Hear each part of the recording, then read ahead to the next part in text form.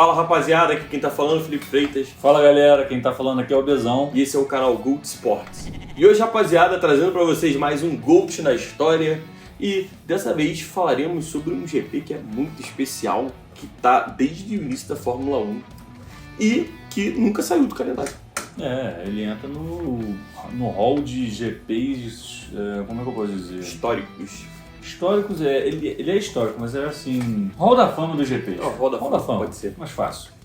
O GP da Itália, cara, pra quem não sabe, o GP da Itália ele tá realmente desde 1950, ele já passou por duas pistas, mas majoritariamente disputado em Monza. A gente vai falar aqui também da corrida que teve em Imola, que foi o outro GP da Itália, né?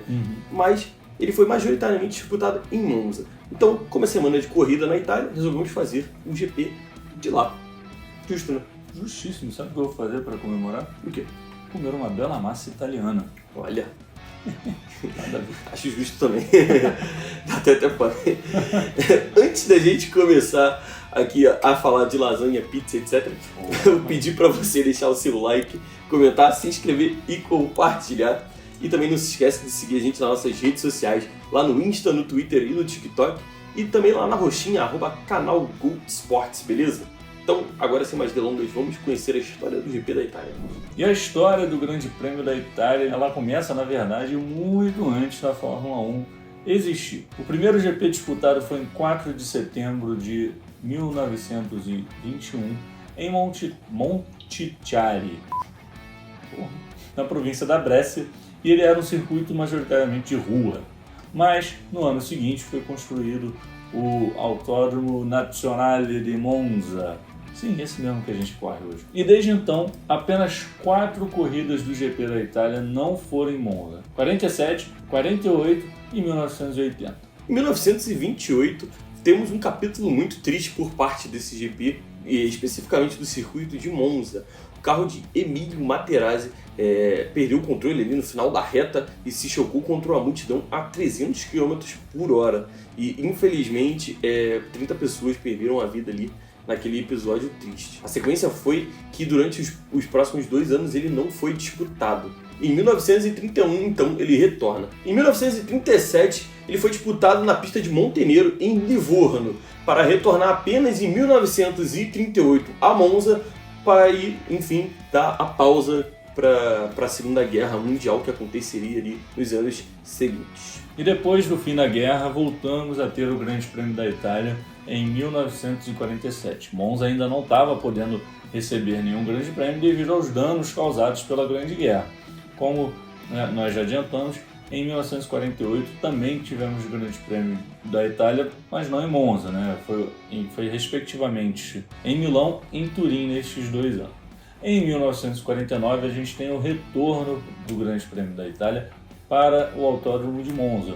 E aí você já deve estar fazendo as contas aí que a gente está chegando numa data importante, que é o ano de 1950, o ano da criação da Fórmula 1, e foi justamente o primeiro ano de GP da Itália na Fórmula 1, em 1950, que era até então a última corrida do campeonato. O primeiro vencedor foi o Chinchero, o primeiro vencedor do GP da Itália foi ninguém mais, ninguém menos que Nino Farina. Sim, ele mesmo, que tem uma história, está subindo o card aqui agora. Em 1980, o GP de Monza foi retirado ali do calendário da Fórmula 1 devido à demanda dos fãs da Romanha. Então, teremos ali naquela temporada o GP de Imola sendo disputado. Contudo, no ano seguinte, o GP de Monza retorna ao calendário da Fórmula 1 e Imola ganha o seu próprio GP, o GP de San Marino, que permanece na Fórmula 1 até 2006. Para quem não sabe, Monza é um dos circuitos mais rápidos da história da Fórmula 1. E foi no ano de 2004 que um jovem piloto, um prodígio, marcou a volta mais rápida da história da Fórmula 1. Você deve estar pensando, Felipe Massa? Fernando Alonso? Alguém maior. Kimi Raikkonen? Não, negativo. Michael Schumacher? Não foi ele. Não foi nenhum desses nomes, que são pequenos perto do que eu vou falar. Ninguém mais, ninguém menos que o Juan Pablo Montoya. Sim, ele mesmo. Foguete colombiano. Juan Pablo Montoya, o colombiano, foguete colombiano, ele fez um tempo de 1 minuto, 19 segundos e 525 milésimos, que só foi ser quebrado por Kimi Raikkonen em 2018 com 1 minuto, 19 segundos e 119 milésimos. O homem do gelo sabe correr, mas vocês verem que realmente é um tempo muito difícil a ser batido, porque demorou 14 anos e foi batido por pouco. Pois é, o Kimi Raikkonen ficou a vida inteira para bater esse recorde aí, foi por isso que ele estendeu tanto a carreira, até tentou parar, mas não conseguiu, teve que voltar para bater esse recorde, porque não podia ficar o nome do Montoya na história do GP mais antigo que mais aconteceu na Fórmula 1, né? Convenhamos. O GP da Itália, ele sempre traz grandes emoções, né? E na temporada de 1980, a gente destaca, por ele ter acontecido em Imola, que o Nelson Piquet é o único vencedor do GP da Itália em Imola em toda a Fórmula 1. Ou seja, não de San Marino, da Itália, quando aconteceu em Imola. Ele venceu ali em 1980 numa briga ferrenha pelo título contra o Alan Jones, um australiano. Essa marcaria a última vitória do Nelson Piquet naquela temporada. O Alan Jones venceu as últimas 2 corridas e o Nelson Piquet teve que se retirar e perdeu ali o título para o australiano de 1980. Seguindo aí as façanhas alcançadas no GP de Monza, em 2019 os fãs da Ferrari puderam comemorar mais uma vitória em Monza, na casa da Ferrari, com ninguém mais, ninguém menos que Charles Leclerc. Pois é, né? Dessa vez a Ferrari não fez merda. Pois é, eram longos 8 anos sem ganhar em casa, né, cara? Era um jejum que incomodava muita gente, não só apenas os fãs, Sim. mas que chamava atenção. E aí o Leclerc, naquela Ferrari maravilhosa, gostinho de alterado. Aquele motor adulterado, a beleza da Fórmula 1 é essa, cara. Você ter regra e tentar driblar ela. É igual no futebol, quando você se joga. Aí inventaram o VAR, ficou sem graça o futebol. Exatamente. Enfim.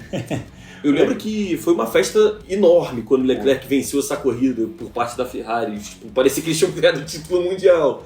A última vitória tinha sido com o Alonso em 2010. Então, tipo, eles... Caraca! Exatamente, eles estavam quebrando ali uma escrita de anos, né, com resultados complicadíssimos e domínio de 2 equipes. Pois é. Como é que posso dizer? 2 equipes adversárias, né? Enfim, a Ferrari estava ali passando e o Leclerc quebrou essa, que deve ser muito maneiro se ganhar em Monza com a Ferrari, né? Se piloto da Ferrari. É tipo ganhar em Silverstone com a McLaren, uma Williams, né? Tipo, em casa, né? Você se sente em casa. Mas enfim, o Leclerc venceu o GP e no ano seguinte, nada diferente, mais uma surpresa. Pierre Gasly. Pierre Gasly! Esse cara meteu ali num GP totalmente louco. Né? Sim, totalmente. Meteu uma vitória ali. E calma, que no ano seguinte a gente teve mais. Sim. O autor do bordão, Pierre Gasly. Daniel Ricciardo trouxe de volta as glórias para a McLaren, em apenas uma corrida, é verdade, mas trouxe. Ele venceu com a McLaren, entrou no hall de vencedores e estava lá com um troféuzinho ali do lado da vitória do Senna em 93 na Austrália, a última vitória do Senna. O GP de Monza, ele é realmente histórico. Ele proporciona. Essa vitória do Ricciardo ela é tão emblemática, porque a McLaren não vence uma corrida há quase 10 anos. O GP da Itália ele também reserva boas recordações para o Brasil. O Brasil sempre sai bem ali. Por quê? Porque o Fittipaldi ganhou em 1972 o GP da Itália. E para quem não sabe, o Fittipaldi foi campeão nessa temporada, 1972. Outro piloto que se saía muito bem, e ele é o recordista de vitórias no GP da Itália pelo Brasil, é o Nelson Piquet, com 4 vitórias. Ele venceu ali, além de Imola em 1980, mais 3 corridas ali ao longo da carreira. Ayrton Senna também não fazia feio e venceu ali por 2 vezes. E, para fechar, o Rubens Barrichello foi o último brasileiro a vencer o GP da Itália. Ele tem 3 vitórias no total. E agora a gente vai falar um pouquinho dos dados do circuito, que é tão querido. O GP de Monza tem 53 voltas. O seu comprimento é de 5,793 km.